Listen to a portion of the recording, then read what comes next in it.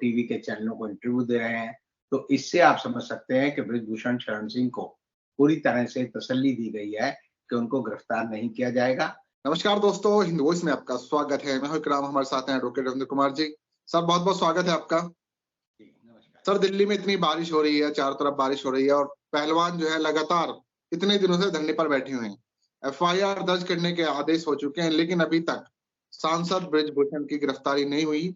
इसके उलट वो सारे मीडिया चैनल्स पर दिखाई दे रहे हैं, सब उनका इंटरव्यू ले रहे हैं। वो कह रहे हैं साजिश हो रही है मेरे खिलाफ, मुझे मारने की धमकी मिल रही है, कोई मुझे खत्म कर देना चाहता है। बहुत तमाम चीजें हो रही हैं, लेकिन गिरफ्तारी नहीं हो पा रही। ना कोई पूछताछ अभी तक उनसे हुई है, दिल्ली पुलिस ने उनसे कोई संपर्क भी नहीं किया। रात के अगर मैं इंटरव्यू की बात करूं तो उन्होंने कहा अभी तक मुझसे कोई संपर्क भी नहीं हुआ।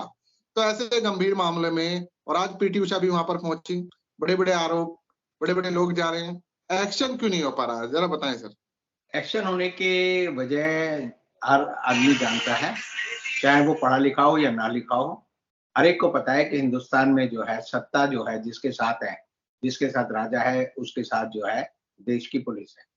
और पुलिस का काम जो है सिर्फ एक ही काम है कि वो कानून के हिसाब से काम नहीं करती, बल्कि उस आदमी के हिसाब से काम करती है जो कि देश में उनका आका है। प्रदेश में आप देखेंगे तो चीफ मिनिस्टर होता है, देश में देखेंगे तो आप प्रधानमंत्री होता है, और दिल्ली पुलिस चूँकि केंद्र के अंतर्गत है, इसलिए जब तक केंद्र का इशारा नहीं होगा, तब तक आप समझ लीजिए कि बृजभूषण शरण सिंह की गिरफ्तारी बिल्कुल नहीं होगी। अभी जो आपने कहा कि बृजभूषण शरण सिंह से मिलने लोग जा रहे हैं, वो टीवी के चैनलों को इंटरव्यू दे रहे हैं, तो इससे आप समझ सकते हैं कि बृजभूषण शरण सिंह को पूरी तरह से तसल्ली दी गई है कि उनको गिरफ्तार नहीं किया जाएगा। और उनको ये पता है कि मेरे को मोदी जी के रहते हुए और दूसरे लोगों के रहते हुए गिरफ्तारी का डर नहीं है, चाहे सुप्रीम कोर्ट कोई भी ऑर्डर पास करे। अभी आपने जैसे कहा कि पीटी उषा उनसे मिलने गई। पीटी उषा जो है देश की सबसे बड़ी महिला धावक मानी जाती हैं, और वो भारतीय ओलंपिक एसोसिएशन ऑफ इंडिया की अध्यक्ष हैं। और अध्यक्ष के रूप में वो जो है सारे खेल जगत का प्रतिनिधित्व करती हैं। लेकिन उन्होंने भी इन खिलाड़ियों के बारे में बार-बार ये कहा है कि ये अनुशासनहीनता कर रहे हैं। आपको मैं याद दिलाना चाहूँगा और दर्शकों को भी याद दिलाना चाहूँगा कि जब ये मामला जनवरी में उठा था, तब भी एक कमेटी बनाई गई थी 7 सदस्यों की। पीटी उषा ने ये कमेटी बनाई थी, और इस कमेटी को बनाने का मकसद जो था, वो ये था कि किसी भी खिलाड़ी के साथ अगर यौन शोषण होता है, तो हिंदुस्तान में एक विशाखा गाइडलाइन के नाम से एक केस प्रसिद्ध है सुप्रीम कोर्ट में, जिसमें ये कहा गया था कि अगर कार्यस्थल पर किसी महिला के साथ यौन उत्पीड़न होता है, तो उसकी जाँच करने के लिए उसी संस्थान में एक कमेटी बननी चाहिए, और उस कमेटी के सदस्यों को सही जाँच करनी चाहिए, और अगर वो सही जाँच नहीं करते, तो उसके सदस्यों को भी सज़ा मिलनी चाहिए। तहलका मामले में सबको पता है कि तरुण तेजपाल के खिलाफ एक महिला ने आरोप लगाया। उसके बाद तहलका के अंदर एक कमेटी बनी, और उस कमेटी ने ये कहा कि तरुण तेजपाल ने ऐसा कुछ नहीं किया।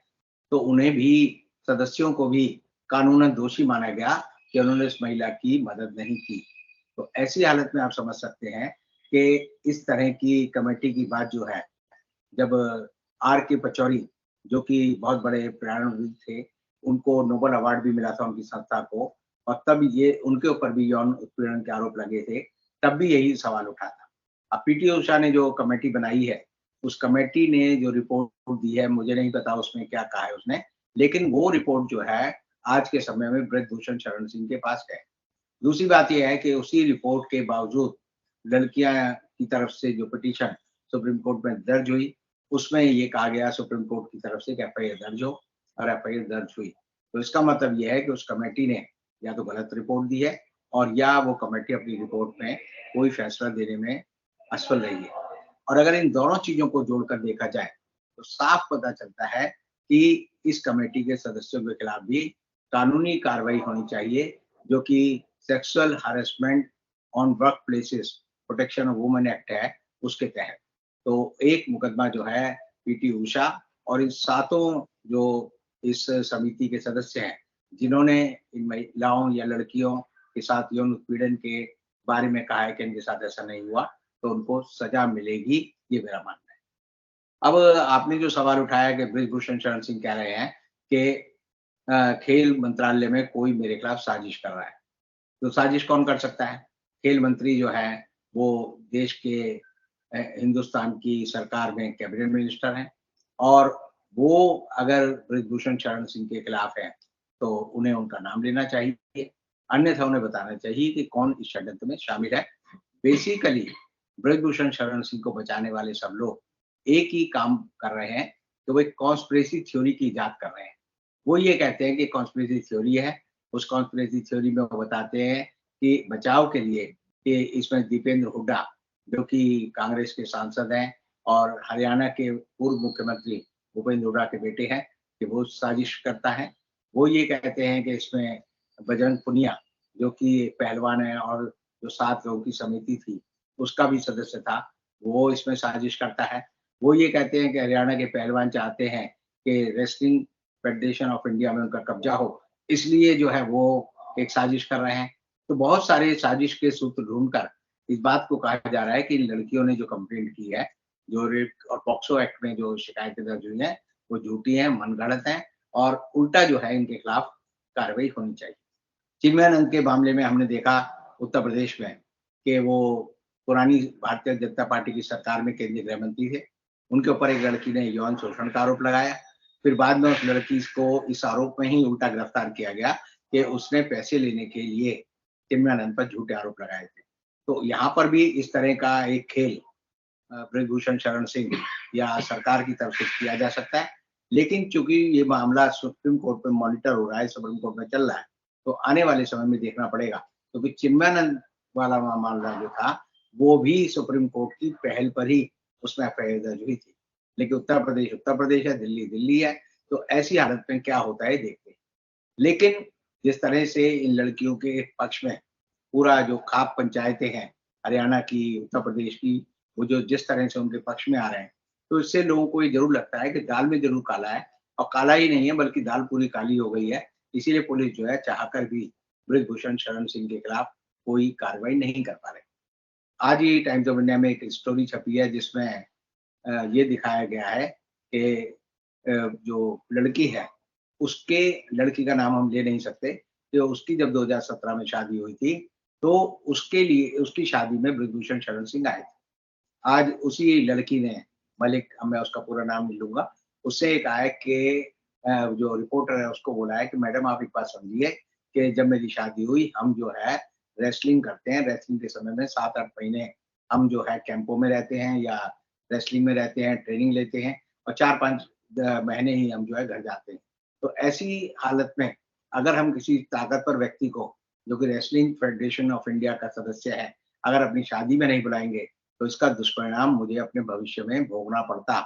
इसलिए मैंने उस समय इस बात को नहीं की और उन्हें बुलाया था। लेकिन बुलाने का मतलब ये नहीं है कि उनका जो अपराध है वो खत्म हो गया है। तो इन सब चीज़ों को अगर आप लगातार जोड़ेंगे, कड़ी से कड़ी जोड़ेंगे, तो साफ लगता है कि इस मामले में मामला जो है ज़्यादा ही गंभीर है और उसे किसी वजह से लटकाया जा रहा है। मुझे जो लटकाने का कारण लगता है, वो ये लगता है कि अगर आप टाइमिंग देखें दोनों चीज़ों की, तो सतपाल मलिक, जिन्होंने कि एक अपना बड़ा विस्फोटक इंटरव्यू द वायर को दिया था, जिसमें उन्होंने जी, पुलवामा हमले की बात की थी, जिसमें उन्होंने कहा था कि किस तरह अंबानी की कंपनी ने 150 करोड़ रुपए की रिश्वत देने की कोशिश की। और जिस तरह उन्होंने कहा कि पनबिजली योजना का एक प्रपोज़ल लेकर मेरे पास लोग आए थे और उन्होंने 150 करोड़ देने की रिश्वत की बात की। और उसमें जो है उन्होंने उस समय के बीजेपी के जो जम्मू कश्मीर के प्रभारी थे, राम माधव का नाम लिया। तो इन सब बातों से लोगों का ध्यान बटाने के लिए भी मैं ये मानता हूँ कि बृजभूषण शरण सिंह के मामले को ज़रूरत से ज़्यादा तूल दी जा रही है, ज़रूरत से ज़्यादा हाइप किया जा रहा है, ताकि लोगों का ध्यान जो है इसी बात पर उठ जा रहा है और सतपाल मलिक की बात पर लोगों का ध्यान ना जाए। अब उससे भी और बड़ी बात ये है कि सतपाल मलिक से पहले जो बड़ा बम फूटा था, वो ये फूटा था कि हिडेनबर्ग की रिपोर्ट आई थी। हिडेनबर्ग की हुँ, रिपोर्ट जो है 23 जनवरी को आई और तब से जो है सरकार शासक में है, अंबानी शासक में है और आप समझिए हिंदुस्तान के 200 से ज़्यादा टीवी चैनल, जो कि दिन-रात जो आजकल बृजभूषण शरण सिंह के मामले में भौं-भौं करते रहते हैं, दिखाते रहते हैं, जी ये बड़ा सनसनीखेज मामला है। अतीक अहमद के मामले को भी लेकर इसलिए वो चल रहे थे। तो उसका मकसद ये है कि हिडेनबर्ग की रिपोर्ट के बारे में कोई लोगों का ध्यान ना जाए। हिडेनबर्ग की रिपोर्ट में जिस तरह से अडानी का पर्दाफाश हुआ जिस तरह सुप्रीम कोर्ट में उसमें दखल दिया और जिस तरह सुप्रीम कोर्ट ने सेबी को कहा कि तुम इसकी जांच करके हमें रिपोर्ट दो।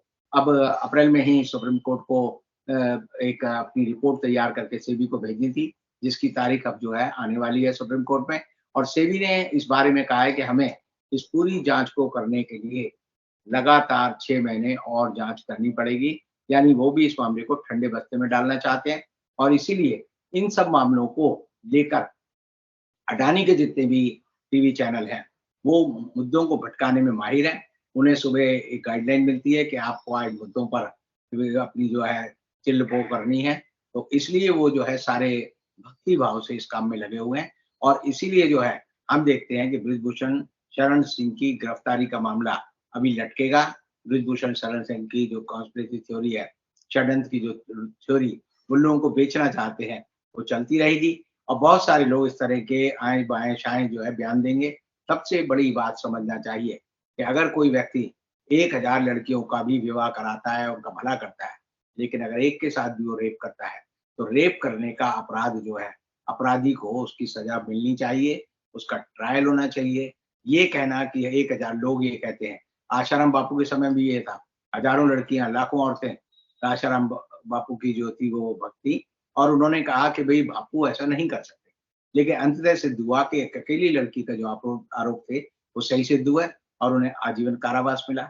यही हम राम रहीम के मामले में देखते हैं कि राम रहीम के मामले में भी यही आरोप जो है राम रहीम पे लगे। उनके सारे समर्थकों ने, सारी सरकार ने, हरियाणा सरकार तो विशेषकर उनकी बचाव के लिए आगे आई थी, लेकिन तब भी जो है उनको सज़ा मिली क्योंकि एक अपराध की सज़ा होती है, ये नहीं होती कि आप हज़ारों आदमियों के साथ अनुपातिक क्या व्यवहार करते हैं।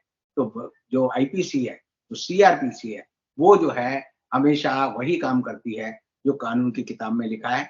मुझे एक पुराना किस्सा याद आता है कि जब रंगा और बिल्ला नाम के 2 लुटेरे थे, उन्होंने दिल्ली में बुद्धा जयंती पार्क के पास एक वायुसेना के अफ़सर के लड़के और लड़की को अपनी कार में लिफ्ट दी और फिर उनका मर्डर कर दिया। मर्डर करने के बाद उनके ऊपर बड़ा मुकदमा चला और मुकदमे में दोनों को फांसी हुई। तो फांसी से पहले के दौरान रंगा और बिल्ला ने एक बड़ा विचित्र इंटरव्यू दिया था। उसने कहा था कि हमने बहुत लोगों का कत्ल किया है, हमने बहुत लोगों पे अत्याचार किए हैं, लेकिन उन पे हमें नहीं पकड़ा गया। हमें इस मामले में पकड़ा गया है कि जबकि हमने ये अपराध नहीं किया है। तो आप समझिए कि एक अपराधी मान रहा है, लेकिन अदालत के सामने जो तथ्य होते हैं, अदालत को उसी मुकदमे का फैसला करना होता है जो उसके सामने आया है। और इसीलिए मैं कहता हूँ कि सातों ये महिला पहलवानों का जो मुकदमा इस समय देश की अदालत में, जनता की अदालत में, प्रेस मीडिया में चल रहा है, उसमें बृजभूषण शरण सिंह के लिए मुश्किलें आगे बढ़ेंगी, चाहे उनको कितना ही प्रोटेक्शन सरकार दे, दिल्ली पुलिस दे या उनके जो ताकतवर साथी हैं वो दें, चाहे उसमें जो है मैंने आपको पहले भी कहा कि चाहे इंडियन ओलंपिक एसोसिएशन की जो अध्यक्ष हैं, पीटी उषा वो दें, लेकिन वो बच नहीं सकते क्योंकि कानून के हाथ बड़े होते हैं, कानून के हाथ लंबे होते हैं, वो किसी को भी पकड़ ले। बहुत-बहुत शुक्रिया सर। एक सवाल है मेरा लास्ट में, अगर अभी गिरफ्तारी हो जाती है, क्या कर्नाटक चुनाव पे और ज़्यादा प्रभाव पड़ेगा बीजेपी का? बिल्कुल पड़ेगा, बिल्कुल पड़ेगा। तब महँगाई का मुद्दा, बेरोज़गारी का मुद्दा, हिडनबर्ग का मुद्दा और ये जो पुलवामा का मुद्दा है, ये जो रिश्वत का मामला है, ये मुद्दे सेंट्रल स्टेज पे आ जाएँगे।